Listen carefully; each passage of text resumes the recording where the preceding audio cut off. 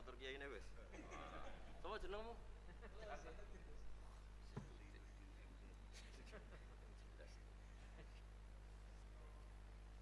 Berapa jam ngajinya? 20 menit, 10 menit. Oh, ngatur kan ya. Aduh, ribet. Habib Ahmad ngatur, kamu ngatur, wah ribet. Pakai ini apa itu? Gampang mana? Assalamualaikum warahmatullahi wabarakatuh. Bismillahirrahmanirrahim. Nahmaduka ya ghafuru ya syakuru wa sholli wa sallim wa barik ala sayyidina Maulana Muhammadin wa ala alihi washabihi asma'in nama ba'du. Tengarso Habib Ahmad bin Idris Al-Habsyi juga keluarga. Tengarso para sesepuh waktu khusus ketua pusat BPIP Bapak Dwi Hartono dan yang mewakilinya Bapak Rizal Fakhruddin. Teman-teman semua dari Direktur Indonesia Power, Bapak juga Bapak Hasin Sidki, semuanya yang saya hormati, jajaran direksi. Iki ngaji santai-santai napa muhasabah. Kon roh maknane muhasabah. Pak Zainuddin.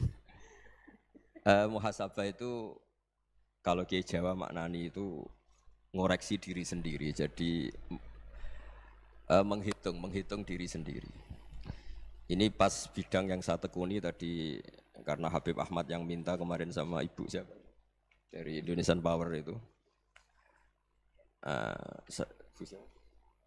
Ibu Lia, saya turutin sekaligus saya sambil belajar terus tentang muhasabah. Dalam konteks Indonesia, muhasabah itu sudah jadi perilaku ya. Karena dulu orang tua saya, guru-guru saya kalau ngandani itu, bayangkan kalau kamu jadi dia. Jadi misalnya kita mentang-mentang atasan, otoriter sama bawahan. Bayangkan kalau kamu jadi yang bawahan itu kayak apa? Laukun tamakanah, kalau orang Arab bilang, bayangkan kalau kamu di posisi dia. Makanya guyonannya orang-orang Indonesia itu kan orang ngaramkan judi gitu, bareng dikasih tahu. Tapi yang menang anak jenengan, alhamdulillah. Ternyata ngaramkan itu karena ada anaknya. Kalau anaknya yang menang ya seneng. Meskipun itu guyonan, tapi saya punya padanan itu dalam kitab Hikam.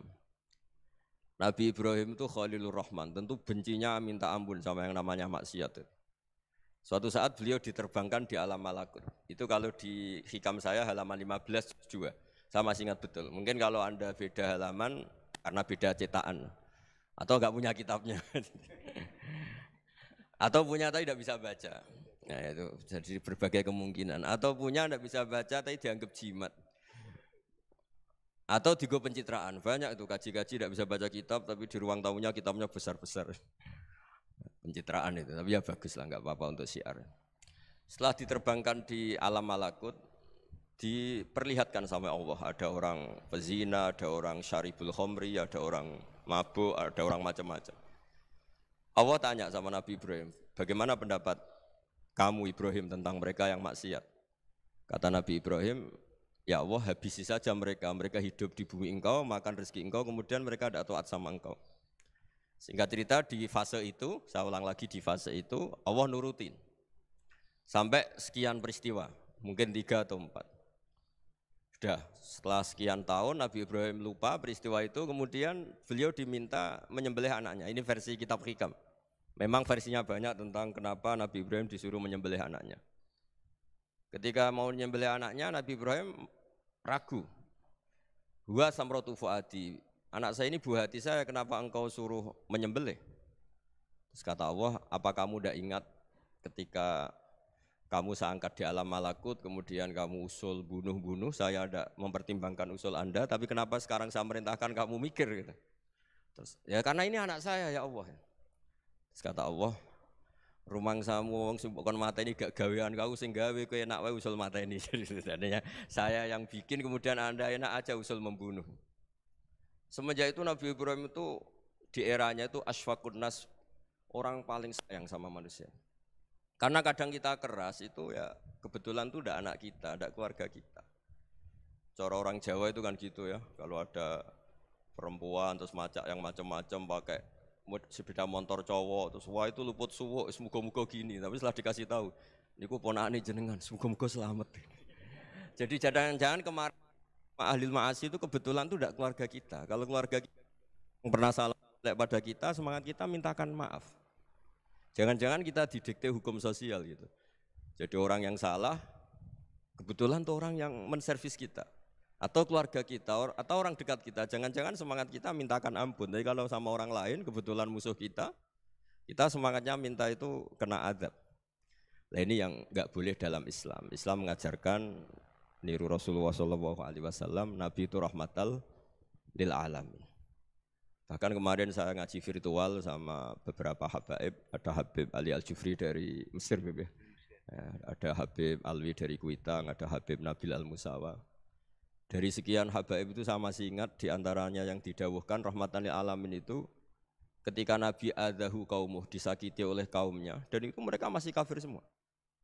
Itu mereka dapat doanya Nabi Allahumma hdi qaumi fa innahum la ya'lamun. Kayak apa baiknya Nabi, orang yang menyakiti, yang melukai, tapi Nabi masih berdoa Allahumma hdi qaumi fa innahum la ya'lamun.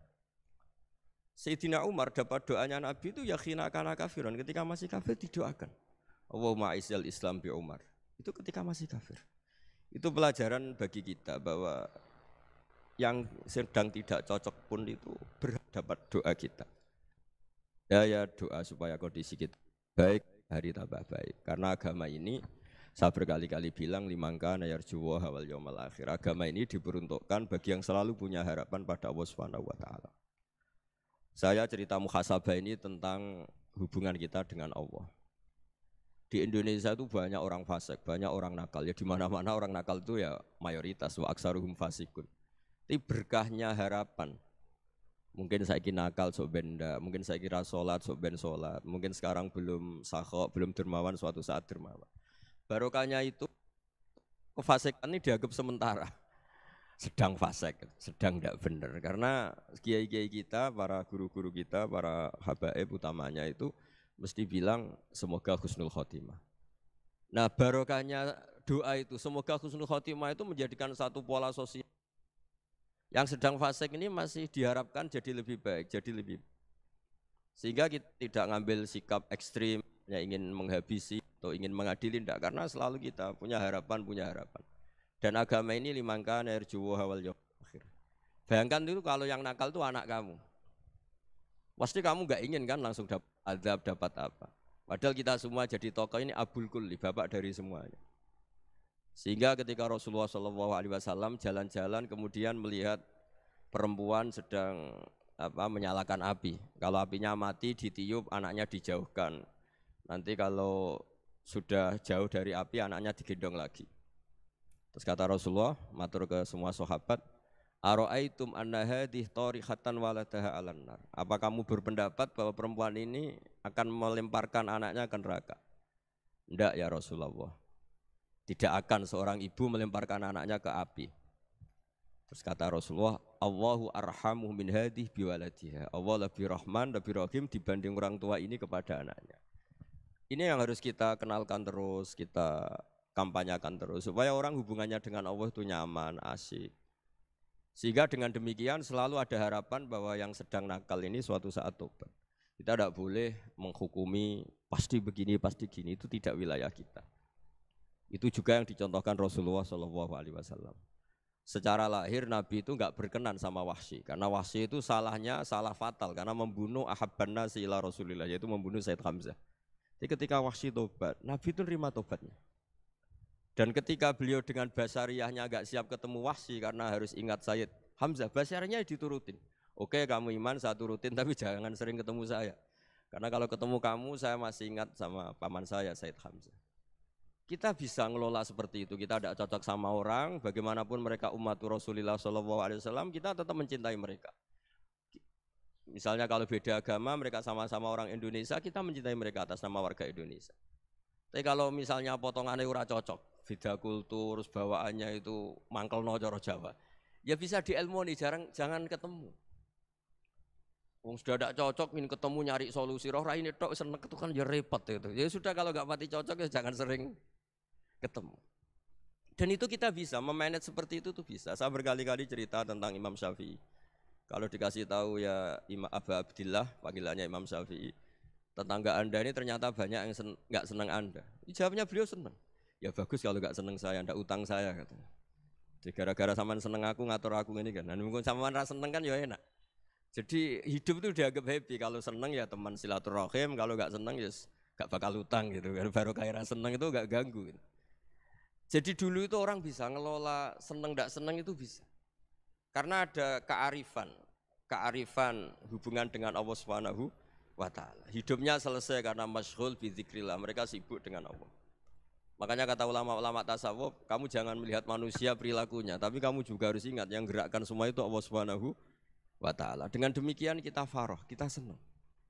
Makanya Nabi kalau ngutus Anas bin Malik kemudian enggak kesampaian yang diinginkan karena Anas main, ketika garwa-garwani Nabi agak tersinggung, Nabi andaikan Allah menghendaki yang saya inginkan kesampaian, pasti itu kesampaian. Jadi dianggap kegagalan Anas enggak manggil yang dituju Nabi itu ya kersane Allah ya enteng saja. Sayyidina Ali lebih parah lagi yang dialamin. Itu dalam beliau kalau dipanggil tuh enggak cepat-cepat ke sana. Ketika ditanya, "Kenapa kamu tak panggil enggak cepat ke saya?"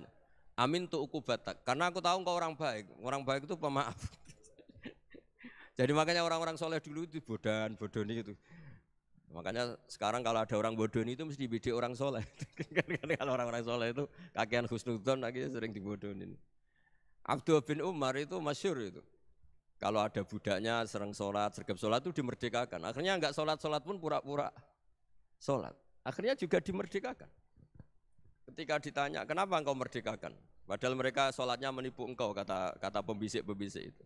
Man khoda'ana lillah in khoda'na lah. Dia nipu atas nama Allah, berarti saat tertipu juga atas nama Allah. Enggak masalah dong, semuanya demi Allah Subhanahu wa ta'ala. Jadi ketika kita mensifati Allah Ta'ala itu ghafir, Allah pemaaf. Jangan kamu enggak fair untuk diri kamu nyifati Allah ghafir, pada orang lain Allah kamu sifati syadidul iqab. Jadi Allah kamu atur, kayak MC tadi ngatur saya. Jadi Allah itu apa? Kalau pada saya ghafir, kalau pada musuh saya syadidul iqab. Itu enggak fair. Kalau Anda punya harapan kepada Allah karena Allah Rahman Rahim, Allah ghafir, sebenarnya Allah pada musuh kita ya bisa saja Allah ghafir, bisa saja Allah Rahman Rahim. Sehingga kita melihat orang lain yang kita tidak cocok itu ya enteng saja. Itu min ummati Rasulillah sing tanaluhu syafa'atu, tanaluhu sa'atu rahmati, tanaluhu fair. Jangan dengan kita kayak mesti dapat rahmat, jangan orang lain kayak Allah pasti syadidul iqab. Itu tidak boleh. Sehingga ketika ada orang Badui, singkat cerita orang Badui ini kencing di masjid, semua sahabat membentak dia. Yang enggak bentak hanya Nabi tok. Saking mangkalnya orang ini karena semua sahabat bentak kecuali Nabi. Setelah dibenarin Nabi, terus Nabi nyuruh sabbu ali dhanuban min ma'in. Setelah disucikan masjid itu, dia berdoa keras sekali. Allahumma arhamni wa Muhammadan wa la tarham ma'ana ahadan. Ya Allah yang berhak dapat rahmatmu hanya saya dan Nabi Muhammad, yang lainnya jangan. Karena yang lainnya tuh jengkelin, gitu aja saya salah dimarah-marahin gitu. Jadi kalau kamu doa terbatas ya kayak orang Bedui ini, kayak orang Arabi. Apa kata Nabi? Laqad tahajjarta wasi'an. Allah yang rahmatnya luas menjadi kamu sempitkan. Karena kamu mau atur Allah hanya Rahman pada Indonesian Power, pada NU, pada kita yang orang lain enggak perlu dapat. Itu kan kasihan Islam karena Islam terus enggak dimiliki semua orang. Allah enggak dimiliki semua orang, Rasulullah enggak dimiliki semua orang karena dipek NU, dipek ormas tertentu, dipek enggak boleh seperti itu. Enggak boleh takhasyar tawasian kata Nabi, enggak boleh mempersempit zat yang rahmatnya itu luas.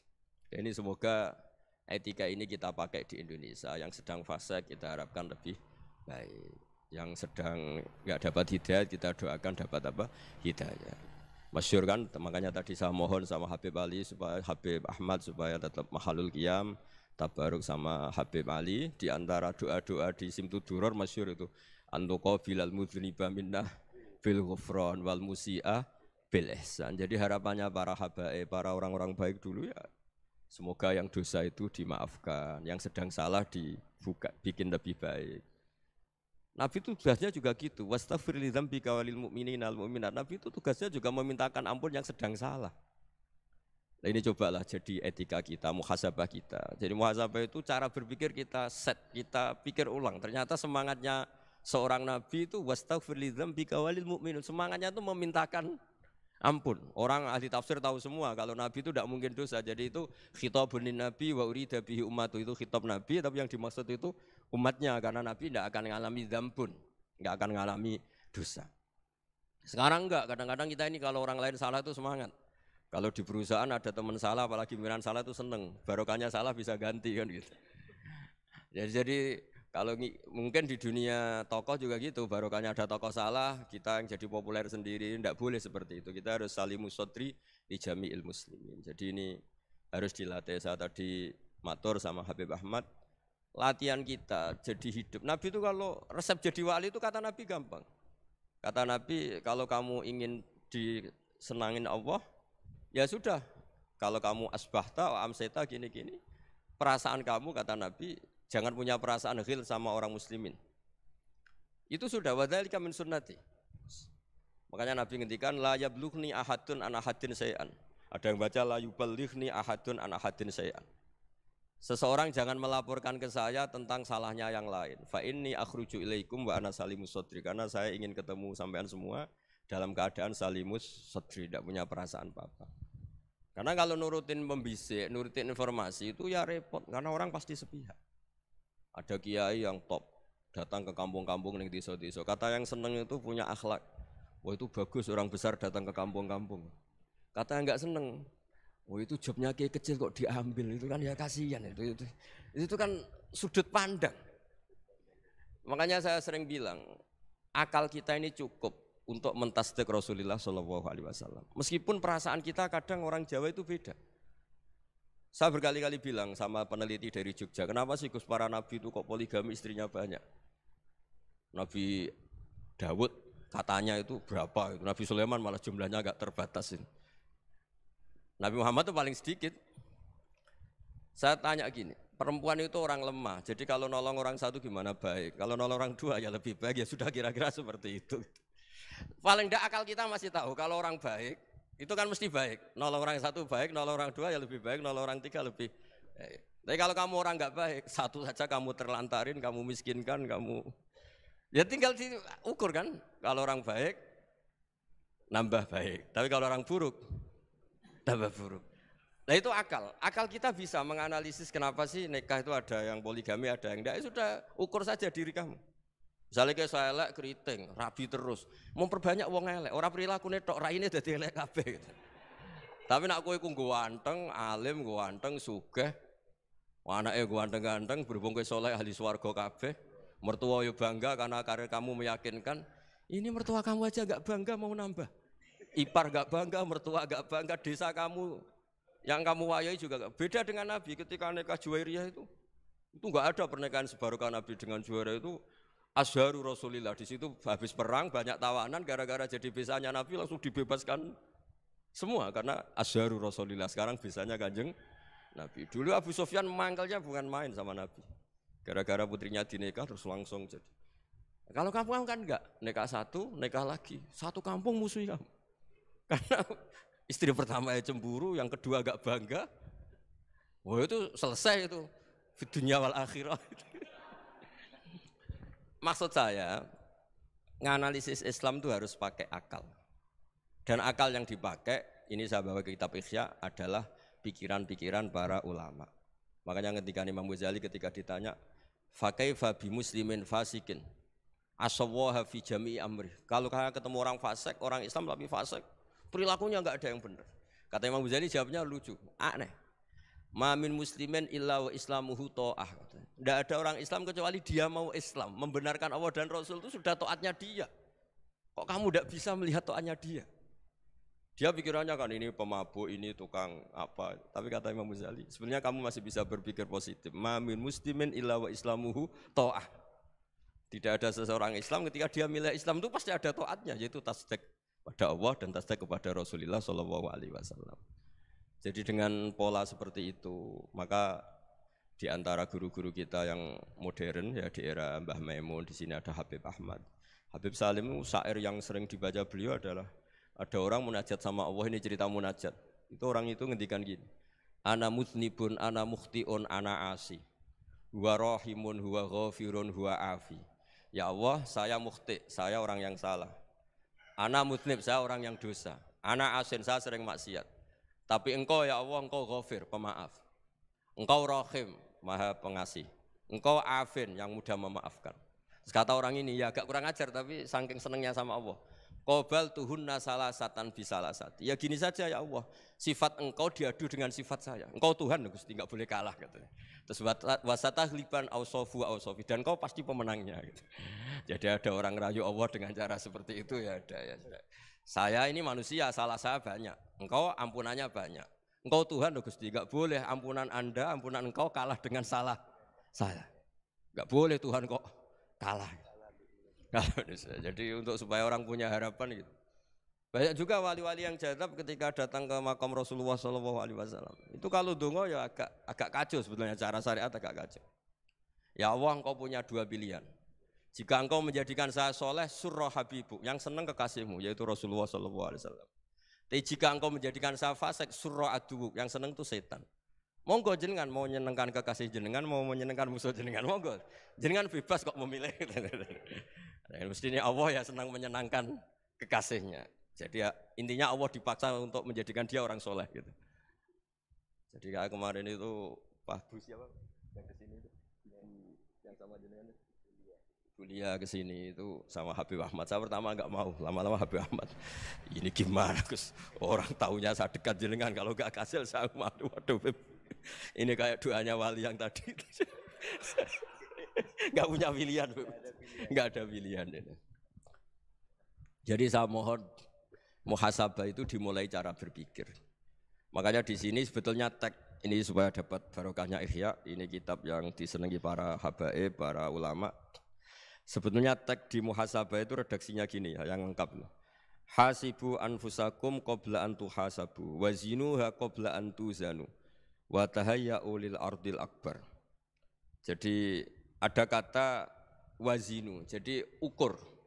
Perilaku Anda ini diukur, ditakar. Misalnya kita sebagai suami kan ya punya hal-hal yang kita tidak ideal. Cara wong Jawa mesti pesek. Cara rezeki ya pas-pasan itu. Dan kita juga kalau makanya enggak boleh tanya istri begini, apa saya cinta pertama Anda? Pasti Anda kecewa. Orang jadi istri hanya korban terakhir itu. Sudah. Karena orang kalau ngelamar kemana-mana enggak jadi, yang jadi istri itu pasti korban terakhir itu. Jarang istri pilihan pertama, jarang. Ayo semua yang nikah. Rata-rata itu pilihan Anda pertama Pak, dari sekian ditolak di mana-mana terus. Ya perempuan terakhir. Kamu juga korban terakhir gitu. Itu wali-wali dulu kalau ngandani kita itu sederhana. Antal ini masyhur diceritakan Habib Zain bin Semit dalam kitab Al-Manhajus Sawi. Anta lam tajid min nafsika kullama turid. Fa kaifa turidu min ghairika kullama turid.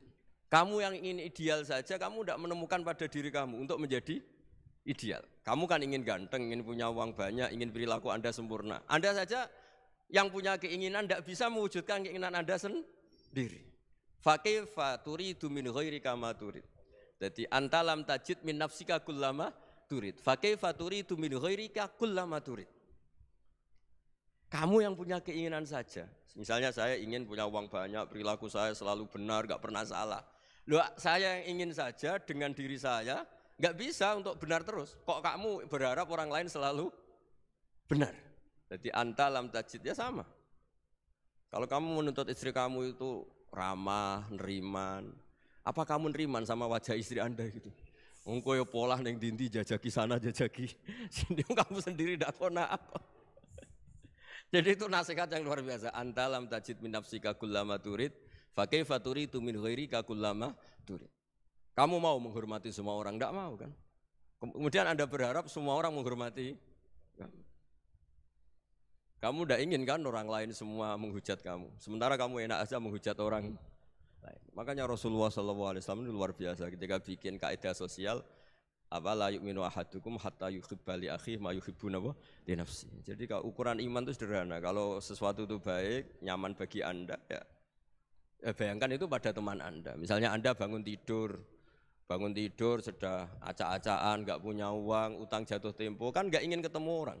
Ya kamu jangan bertamu ke jenis ini karena dengan kamu yang alami juga gak siap ketemu orang. Makanya ada Habib Alim itu dilapuri sama seseorang.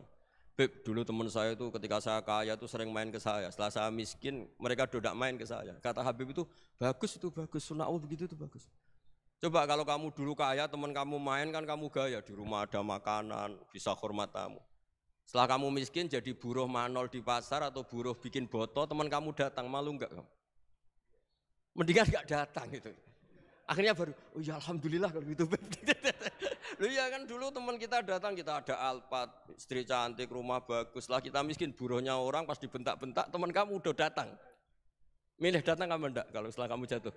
Enggak kan? Jadi barokahnya ilmu itu terus. Ya, tapi kadang-kadang orang tuh, wah setelah saya miskin teman-teman enggak kasih ke sini. Ya kalau kamu sudah jatuh teman-teman kamu ke situ jadi tontonan. Ya mulai sekarang cara berpikir itu dirubah. Dulu yang namanya kiai itu kalau diundang orang itu ya agak-agak senang. Semenjak saya itu agak rubah. Ngundang kiai, ngatur kiai itu tak haram-haramkan ya ada lumayan lah sekarang itu sudah mulai agak beretika.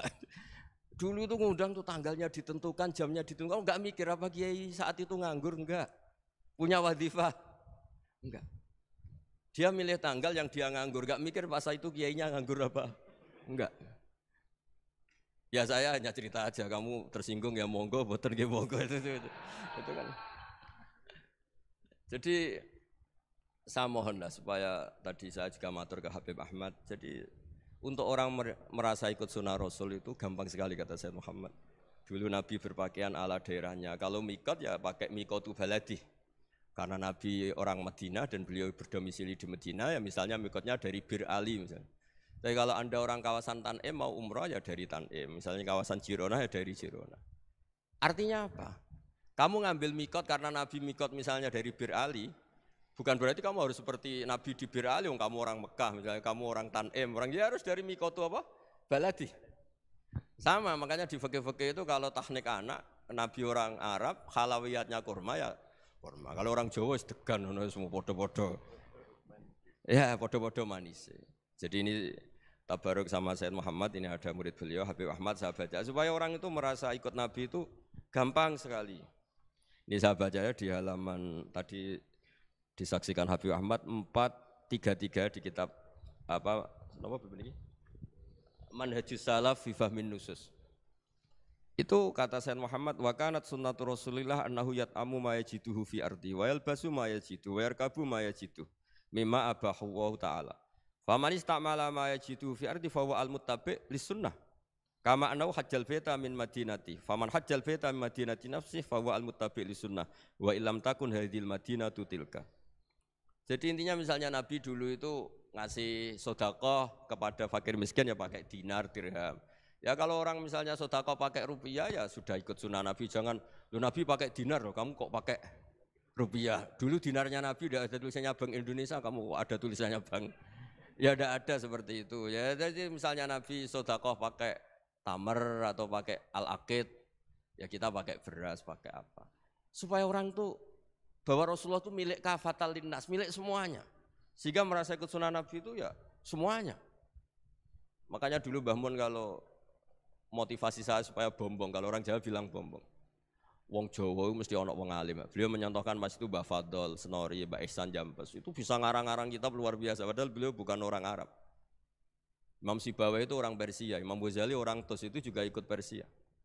Kata Mbah Mun, wong sing ora Arab lah mesti untuk jatah alim kata beliau. Karena Nabi itu diutus kafatal linnas. Nah ini kalau orang yang alim itu Arab tok berarti tidak ada perwakilan dari Afrika, dari Asia Tenggara, dari mana-mana. Makanya karena Nabi statusnya itu kafatal linnas. Jadi kita harus bangga sebagai Muslim, sebagai orang Indonesia karena misalnya Wali Kutub dulu terkenalnya hanya ada di Yaman, di mana. Ternyata pernah ada juga di Indonesia dan seperti Habib Abu Bakar Segaf Gresik.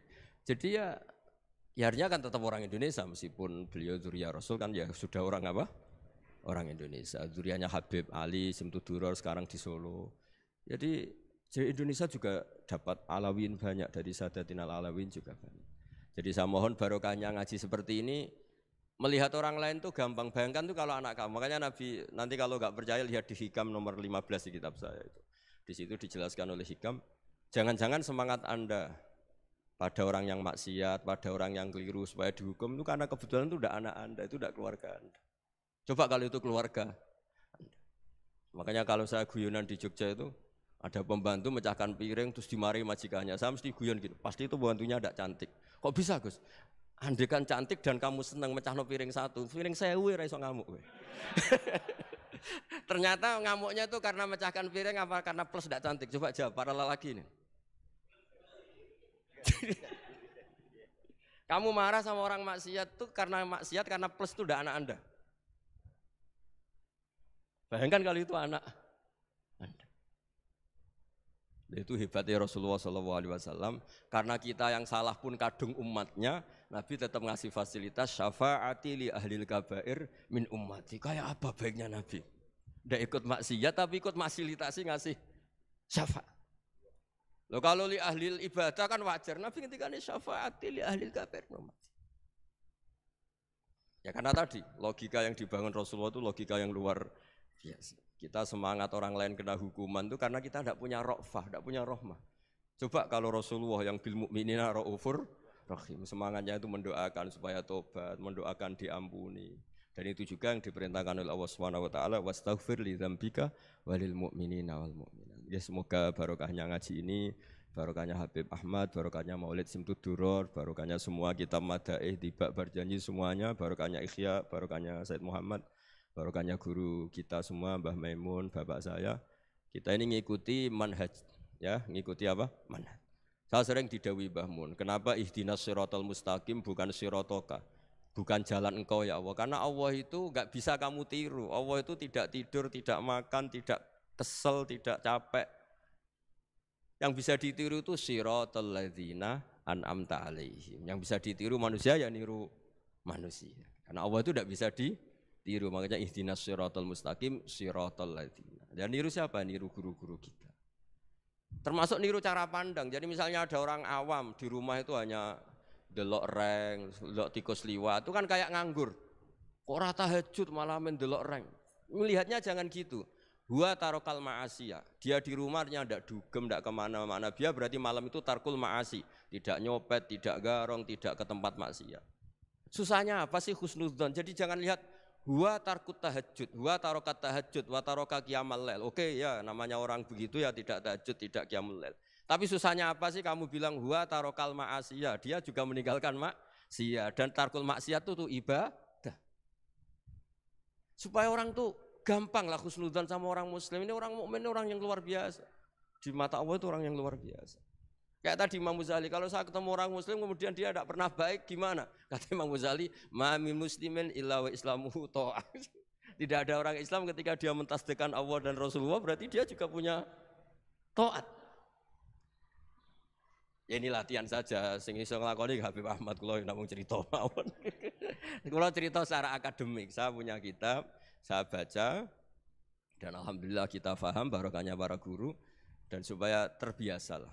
Sebaik-baiknya ibadah husnudzon billah wa husnudzon bil mu'minin. Soal tidak cocok ya diilmoni tadi ya, namanya enggak cocok ya jangan sering ketemu. Seperti Rasulullah SAW, beliau karena sangat mencintai Said Hamzah, ketemu orang yang pernah begitu sama Said Hamzah, ya beliau secara basyariah tidak siap. Tapi beliau secara cara bahasa sekarang, secara profesional, kalau beliau seorang nabi dan harus menerima tobatnya siapapun ya diterima. Saya meskipun dengan A, B gak cocok karena dia begini-begini sama saya, tapi saya ingat dia sholat, dia baca sholawat, dia mencintai Rasulullah. Ya kita hormat. Ya soal gak cocok ya di manage tadi ya. Zurhiban tasdid huban, kalau gak pati cocok ya jangan sering ketemu, bawaannya enak nanti. Ya semuanya itu diilmoni lah. Makanya ngendikane Ma'ruf Al-Qurhi ada yang baca Al-Kharki, mangqala fil yaumi salasa marrat aw marham umat Muhammad kutiba minal abdal. Karena semangat mencintai siapapun satu hari sering baca Umar Hamata Muhammad, wa asli umata Muhammad, wa tajawaz an umati Muhammad. Itu mesti kutiba minal abdal. Dia pasti termasuk wali abdal. Maksudnya semangat mencintai. Ya dilatih lah. Misalnya Indonesia Power atau PLN, andai kan tidak ada PLN itu kayak apa? Orang nggak bisa ngaji, tidak bisa aktivitas, ya barokahnya ada PLN, barokahnya jasanya. Kita sadar, tidak semua kebaikan kita ini memenuhi keinginan orang banyak. Gitu. Orang banyak ingin listrik, ingin saluran apa, dan itu kadang yang mewujudkan orang lain atau kelompok lain. Ya karena itu manfaat ke orang lain ya kita doakan, karena khairunas anfa'uhum linnas. Sehingga kita terbiasalah ngakui orang lain. Seperti semangatnya Rasulullah SAW, semuanya itu didoakan, semuanya diinginkan kebaikannya. Bahkan Nabi gak putus asa sampai di akhirat. Ketika Nabi lain sudah putus asa karena sudah akhirat, Sampai dimintai syafaat semuanya bilang nafsi, nafsi. Karena merasa semuanya enggak punya nyali di depan Allah. Karena ini sudah akhirat, sudah finish. Tapi apa Rasulullah? Analah. Ya udah, saya sanggup mensyafaati kalian. Terus kata Nabi, fa'atiyal arsya. Saya mendatangi aras, fa'akhiru lahu sajidan, saya sujud. Wa ahmaduhu bima hamida allamani rabbi. Kemudian saya tetap muji Allah dengan pujian yang terus menerus. Padahal sudah di akhirat, sudah finish. Nabi dimintai syafaat masih sanggup. Karena Nabi tahu, akhirat tidak bisa mendikte Allah. Tidak bisa, Allah terus bilang, ya Allah ini akhirat, engkau sudah tidak boleh mensyafaat. Tidak bisa. Allah tidak bisa diganggu akhirat. Allah tidak boleh dibatalkan rahmannya oleh akhirat. Allah tetap rahman rahim abadal abad. Dan Nabi tahu itu. Makanya kata para ulama, fa Muhammadun ahmadu min ghairihi. Jadi Nabi Muhammad namanya dua yang terkenal. Sebetulnya banyak yang terkenal dua, Muhammad sama Ahmad. Ketika Nabi punya nyali memuji Allah di akhirat atau sudah di akhirat, itu fa Muhammadun ahmadu min ghairihi. Ketika Nabi lain sudah tidak punya nyali muji Allah karena sudah akhirat, Nabi Muhammad tetap berani muji Allah di saat seperti itu. Makanya ahmadu di situ kata ulama itu af'al tafdil, fa Muhammadun ahmadu min ghairihi. Kanjeng Nabi lebih memuji Allah di saat yang Nabi lain sudah tidak punya nyali untuk memuji Allah di saat itu. Makanya kata Nabi fa akhiru lahu sajidan wa ahmadhu bima hamida allamaniha rabbi. Akhirnya setelah lama gitu terus Allah ngendikan ya Muhammad irfa' ra'sak wasal tu'tah wasfa' tusyaffa. Sudah Muhammad, angkat kepala kamu minta apa saat turutin, dan kalau kamu ingin mensyafaati umatmu saya beri hak napa? Syafaat. Semoga semangat itu juga menjadikan kita munajat bahwa rahmat Allah tidak terbatas, harapan juga tidak terbatas. Mungkin yang sedang nakal ya kita katakan sedang, jangan terus kamu pastikan wah ini mesti suul khotimah, mesti tidak orang baik. Tidak, agama ini liman kana yarjuwa wal yaumal akhir, selalu bagi yang punya harapan. Ya, mugi-mugi dapat barokah semua. Mantul dengan kata wassalamualaikum warahmatullahi wabarakatuh.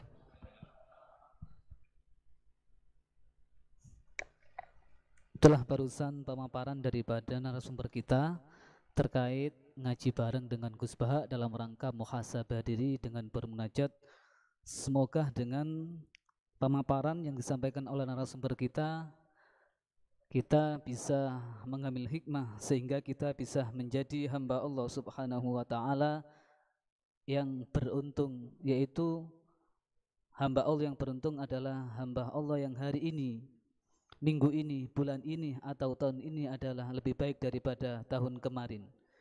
Bukan menjadi hamba Allah Subhanahu wa taala yang merugi, yaitu di mana hari ini, minggu ini, bulan ini dan tahun ini sama dengan tahun kemarin. Lebih-lebih jangan sampai kita menjadi hamba Allah Subhanahu wa taala yang celaka. Artinya hari ini, minggu ini, bulan ini dan tahun ini lebih buruk daripada tahun kemarin. Dan selanjutnya yaitu dialog. Ngapunten Gus, ini ada beberapa pertanyaan. Nggih.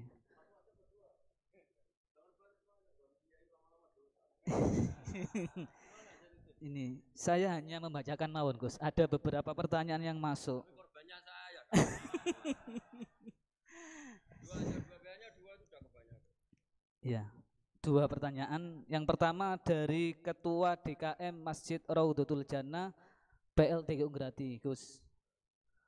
Yang pertama yaitu Allah Subhanahu wa taala berfirman di dalam surat Kahfi ayat 110, Qul innama ana basyarum mislukum yuha ilayya annama ilahukum ilahu wahid faman kana yarju liqa'a rabbi falyamal amalan shalihan wa la yusyrik bi ibadati rabbih ahada. Yang artinya, katakanlah Muhammad, sesungguhnya aku ini hanya seorang manusia seperti kamu yang telah menerima wahyu bahwa sesungguhnya Tuhan kamu adalah Tuhan yang Maha Esa. Maka barang siapa mengharap pertemuan dengan Tuhannya, maka hendaklah ia mengerjakan kebajikan dan janganlah dia menyekutukan dengan sesuatu pun dalam beribadah kepada Tuhannya. Di sini barang siapa ingin bertemu dengan Tuhannya, maka hendaklah melakukan kebajikan dan jangan menyekutukan dengan sesuatu apapun dalam beribadah. Yang dimaksud di sini bertemu dengan Tuhan itu seperti apa? Yang kedua, melakukan amal kebajikan itu seperti apa? Jangan menyentuhkan Tuhan dalam beribadah itu seperti apa? Nggih, niku Gus.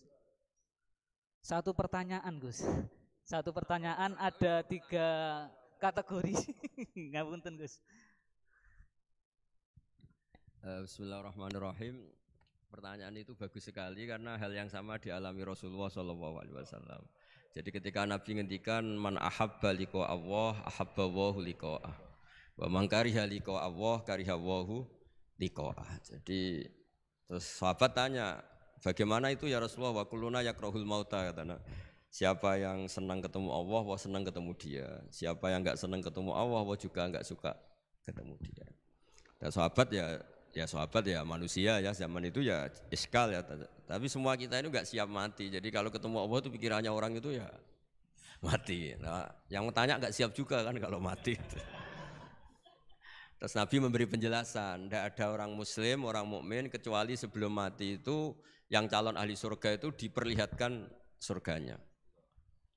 Jadi mamin ahadin ilka waqad alima maq'adahu minal jannah awinnar. Ketika melihat surga yang sudah gemah ripa, sudah luar biasa. Mungkin kalau para cowok yang bayangkan bidadari banyak, cantik-cantik, gak minta belanja. Ning donya wis elek jaluk aneh-aneh kan ruwet. Nah, itu terus langsung seneng pengen ning swarga. Jadi kalau ada orang mati kok tidak semangat, berarti belum dipertontonkan surga. Nah, ketika dipertontonkan surga kan sudah tidak ada kerja, tidak ada atasan, tidak ada bawahan, tidak ada istri cerewet, tidak ada teman bodoni, pokoknya di surga itu kan enak semua. Nah, terus seneng. Lah kira-kira liqa Allah ya seperti itu. Ketemu Allah itu artinya ketemu ridhonya, ketemu kebaikannya. Itu resep pertama tentu tidak boleh syirik. Syirik itu menganggap ada kekuatan lain setara dengan kekuatan Allah. Jadi kalau orang tawasul sama Nabi, sama wali, sama habaib itu tidak syirik, itu kan tetap Allah itu punya kekuasaan mutlak. Kita ini butuh orang dekat. Bukan mensetarakan orang dekat ini sama Allah Subhanahu wa ta'ala, itu jelas tidak. Ada orang Islam yang punya perasaan ada kekuatan lain setara dengan kekuatannya Allah Subhanahu wa ta'ala. Makanya Nabi sudah menjamin, saya tidak pernah takut kalian melakukan syirik, karena siapapun yang punya iman pasti tidak akan mensetarakan yang lainnya sama dengan Allah Subhanahu wa ta'ala. Jadi makanya keyakinan ahli sunnah, keyakinan guru-guru kita, wasilah itu tidak termasuk syirik, karena ya di hatinya sama sekali gak ada hukum penyetaraan. Maknanya syirik, tasyrik itu kan mencetarakan. Jadi itu penting dicatat ya, supaya kita clear, tidak ada perasaan seperti itu. Nah caranya ada syirik gimana? Ya tadi, dielmoni lah. Dielmoni, misalnya kamu senang seseorang di kuburan ya sendiri, ketemu hisab ya sendiri, apa-apa sendiri. Misalnya kita dicintai banyak orang, ketika di kuburan ya dibiarkan sendiri. Misalnya munamuni seneng Gus Pak, misalnya aku mati baru ditinggal. Nah, ya kan sama aja, baru dipendem gitu. Makanya guyonannya sahabat itu guyon tapi masuk akal itu. Ketika Rasulullah wafat itu semua sahabat dilupakan kali itu Rasulullah, sehingga berani mengubur. Lupa semua. Setelah datang, pulang semua ketemu Sayyidah Fatimah. Ya Anas, kamu tadi ikut cara basa Jawa mengubur Nabi. Wah, terus diingatkan sama Fatimah, kamu teganya, kamu semua mengklaim mencintai Nabi, kenapa taksu alaihi turab? Kenapa kamu menguburkan dengan tanah? Itu semua sahabat nangis semua. Cek teganya kita mencintai kemudian kita yang mengubur. Tapi sama Allah sama itu dilupakan semua. Kalau enggak dilupakan enggak ada yang berani ngubur. Ya jadi saya ulang lagi ya, jadi mencintai Allah itu gampang kok, karena Allah baik, reputasinya baik. Makanya masyhur kan Nabi Dawud didawi Allah, Habibni ila ibadi. Itu dicerita di kitab Ihya, di kitab Syauqin. Saya cintakan ke hamba-hambaku. Wa kaifa uhabbibuka ila ibadik. Bagaimana saya menceritakan engkau pada hamba-hambaku? Dawuh Allah di hadis qudsi itu, kenalkan uskurni bil hasanil jamil. Ya kamu cerita saya tentang yang baik-baik saja kan. Dikasih bumi. Misalnya saya sendiri kalau bayangkan itu gampang. Kalau saya dikasih rumah Habib Ahmad setahun gratis, saya akan muji beliau orang baik. Padahal hanya setahun dikasih gratis. Kita dikasih bumi Allah itu sampai kita mati, oksigen sampai kita mati, tanpa bayar. Padahal kalau kita di rumah sakit oksigen 3 hari aja sudah nguras. Ya contoh yang gampang-gampang saja. Gara-gara tidak syukur kan tomak kamu. Bayangkan nikmat tuh ya punya Alphard, istri 4 neriman semua, rukun semua.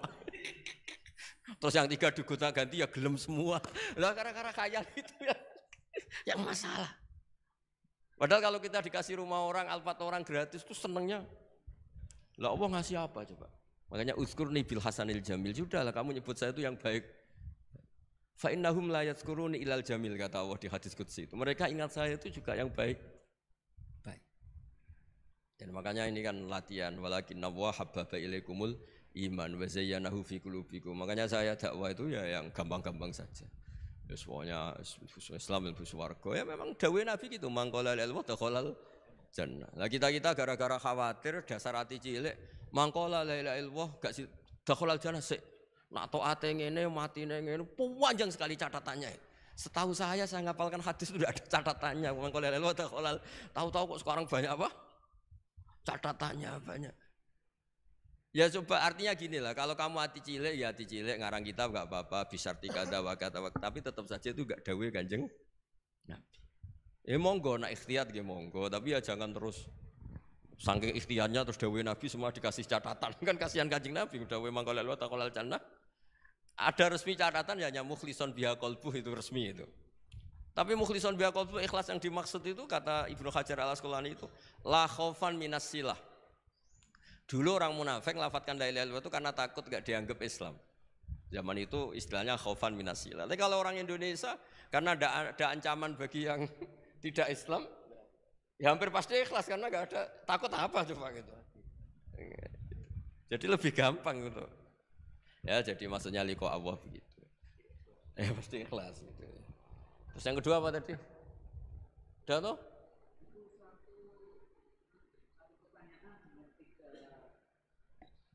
Oh, udah itu sudah 2 pertanyaan dari 1 orang, kamu gimana gak profesional? Nah nanti kalau 1 orang tanya 1000, yang 1 1000 berarti 2000. Saya tadi kan bilang 2 pertanyaan, bukan 2 penanya. Kamu gak pernah ngaji mantek kan? Kalau saya bilang 2 orang itu bisa 2000 pertanyaan. Saya akan bilang 2 pertanyaan, berarti ya. Semuanya juga gitu, kemarin OJK semuanya 2, kalau semua orang minta, wah ya ribet. Udah nanti lainnya jawab kamu kan jadikan ustadz di Indonesian Power. Ya ustadz, masa jadi ustadz gajinya mau, pertanyaannya nggak mau, gimana? Nanti lainnya jawab sendiri. Anu Bib niki saking panitia Bib. Anu Gus, ngapunten. Tentu, saking panitia pertanyaan nih Gus. Yang kedua, kan tadi terakhir nggih, tadi 1 pertanyaan dan ini pertanyaan yang kedua Gus. Nggih. Dari PP Indonesia Power. PP niki ngapunten Gus sanes pondok pesantren. Nggih. PP niki Persatuan Pegawai Gus. Nggih. Ngapunten. Sanes pulang pergi. Pertanyaan yang kedua, ada hadis Nabi Muhammad sallallahu alaihi wasallam, "I'mal lidunyaka ka'annaka ta'ishu abada wa'mal li akhiratika ka'annaka tamutu ghadan." Yang artinya bekerjalah untuk duniamu seakan-akan engkau akan hidup selamanya. Dan bekerjalah untuk akhiratmu seakan-akan engkau akan mati besok pagi. Nah karena kita di PP Persatuan Pegawai adalah kaum-kaum pekerja, supaya kita termasuk dalam hadis tersebut itu bagaimana? Matur nuwun Gus. Oh begini ya, bismillahirrahmanirrahim itu kalau makna yang benar menurut hampir semua ulama itu begini. Jadi karena dunia itu longgar ya, longgar itu tidak mendesak. Jadi karena kata isu abadan artinya itu kalau urusan duniawi kalau enggak berhasil sekarang ya bisa berhasil besok. Jadi itu justru menunjukkan urusan dunia itu kalau enggak bisa besok ya besoknya besok. Kalau enggak bisa ya besoknya besok karena masih ada apa? Hidup. Tapi kalau urusan akhirat bayangkan kalau kamu itu besok mati. Makanya Nabi ngendikan sholli sholatam wadi'in, kamu sholat kayak sholatnya orang yang mau pamitan. Jadi intinya kalau mau urusan dunia seakan-akan itu kamu hidup selamanya. Makanya kalau nggak hasil sekarang ya besok. Ya kayak anak-anak muda itu. Sekarang ditolak, besok semoga diterima. Kalau ditolak terus ya ganti lain sampai yang di nikah itu yang paling terakhir. Tapi kalau urusan akhirat tidak bisa. Bayangkan kalau kamu besok itu mati. Nah soal yang di PP itu, yang di pegawai apa? Persatuan pegawai. Kalau kerja itu yang serius itu bukan karena hadis itu. Di antara yang dicintai Allah, kalau kamu punya pekerjaan, Allah suka ayut kinahu, orang itu profesional gitu. Allah itu suka kalau ada orang nekuni pekerjaan, kemudian dia itkon, dia profi. Misalnya saya ini kan kata orang banyak dikiaikan, dan saya dianggap alim misalnya, harus profesional. Khasnya orang alim itu ngikuti orang alim sebelumnya. Makanya saya baca kitabnya Sayyid Muhammad, baca kitabnya Mbah Mun. Khasnya orang ahli sunnah itu mencintai habaib, mencintai ulama, mencintai fuqara masakin. Sebisa kita lakukan. Itu namanya profesional. Jangan dikatakan orang alim kemudian dia ngomong pendapatnya sendiri. Itu tidak benar. Berarti kamu menjual pendapat kamu pada umat. Kalau dikatakan orang alim itu ya bahasa kasarnya ya menterkenalkan pendapat Allah dan Rasul, kalau boleh dibahasakan, menterkenalkan hukumnya Allah dan Rasul. Caranya apa ya? Qaulul ulama. Qaulul ulama itu apa ya? Di kitab-kitab kayak Ihya, kayak kitabnya Sayyid Muhammad. Itu namanya profesional. Makanya saya ngaji di mana-mana pakai kitab. Orang percaya kita karena dianggap orang alim. Orang alim hanya orang tahu pendapatnya ulama-ulama dulu. Lah kalau kamu ngomong pendapat kamu sendiri, namanya kamu tidak menterkenalkan ulama-ulama dulu, menterkenalkan pendapat Anda sendiri. Nah itu namanya profesional, ada itkon. Itu Allah suka kalau kamu menekuni misalnya Indonesian Power, misalnya bagian PL itu, ya nekuni tenaga uap mana yang positif untuk negara ini, yang jangka panjang, yang terbarukan teknologi apa, yang teknologi fosil misalnya mulai harus dihentikan karena agak. Ya monggo, itu pokoknya apa saja yang menjadikan baik lihadil ummah itu baik, itkon ya. Allah itu suka kalau ada hambanya menekuni satu pekerjaan terus kemudian diperbaiki terus. Ya seperti saya sudah kecelok kiai ya masih belajar terus supaya umat ini dapat ilmunya ulama-ulama dulu. Jangan mentang-mentang wong desa ya bodoni yo ngantil. Mulai kulon mulai cilik nganti lahir nganti tua. Niku anggere ana wong sunat diceritani Nabi Ibrahim sunat umur 80 tahun nganggo kapak. Anggere ana wong mati ayate kullu nafsin dha'iqatul. Wah, anggere wong kawin wa min ayati itu enggak ada perkembangan. Saya itu kadang ya Allah, pepe wong desa jadi enggak dinaikkan ilmunya. Karena kiainya mesti gitu, wis kandhani ngene wis nganten. Enggak ada perkembangan. Nah itu menurut saya Bu ya kasihan lah umat ini, umatnya Nabi itu diajak irtiqo lah, diajak naik lah. Makanya saya di mana-mana itu ngaji bawa kitab. Itu namanya itqanul amal. Mereka percaya saya karena saya dianggap tahu pendapat ulama dulu, ya kitab itu saya baca, tak terkenalkan. Ya barokahnya tadi. Jika kita tahu cara pandang ulama dulu, ternyata enak betul melihat umat. Habib, saya ini setelah miskin teman-teman saya tidak kesini, padahal zaman kaya teman-teman kesini. Dia itu komplain, tapi setelah dijelaskan Habib tadi, malah bagus dong. Setelah kamu miskin buruh orang, terus teman-teman kamu datang, betapa malunya kamu. Dulu majikan, sekarang jadi buruhnya orang. Alhamdulillah kalau gitu. Kan terus gampang, jadi enak kabeh gitu. Loh coba kamu dulu kaya, semua orang hormat, bareng miskin jadi kerja manual di pasar, terus teman-teman kamu tetap datang. Milih datang apa enggak? Ya, jadi ngeluh seperti itu dihentikan mulai sekarang juga. Ternyata masalah ada. Nah itu barokahnya ngaji, kalau tidak ngaji kamu. Ya seperti Imam Syafi'i itu. Man ahsana ilaika faqad qayyadaka, man asa ilaika faqad atlaqaka. Kalau ada orang berburuk sangka sama kamu, jelek sama kamu, itu bagus, merdekakan kamu. Kamu gak akan dipinjemin mobil, gak akan diutangi, gak akan diundang. Wah enak lah, semua dibikin enak aja. Sudah barokah. Udah ketemu, sudah enak. Makanya seneng kamu ke saya pas-pasan aja biar enggak ngundang lagi. Ya intinya itu dikelola yang baik. Kalau pas baik ya teman silaturahim, teman berjuang gitu. Kalau pas enggak baik ya berarti enggak ganggu, ya sudah. Kul kullu min indillah, sudah. Ya sudah, wiridanya layak dibil hasanati illa anta wa la yazabu bisayati illa anta. Jadi hubungan dengan Allah itu ya segampang gitu. Nggih, mohon ngoten nggih. Nggih, monggo.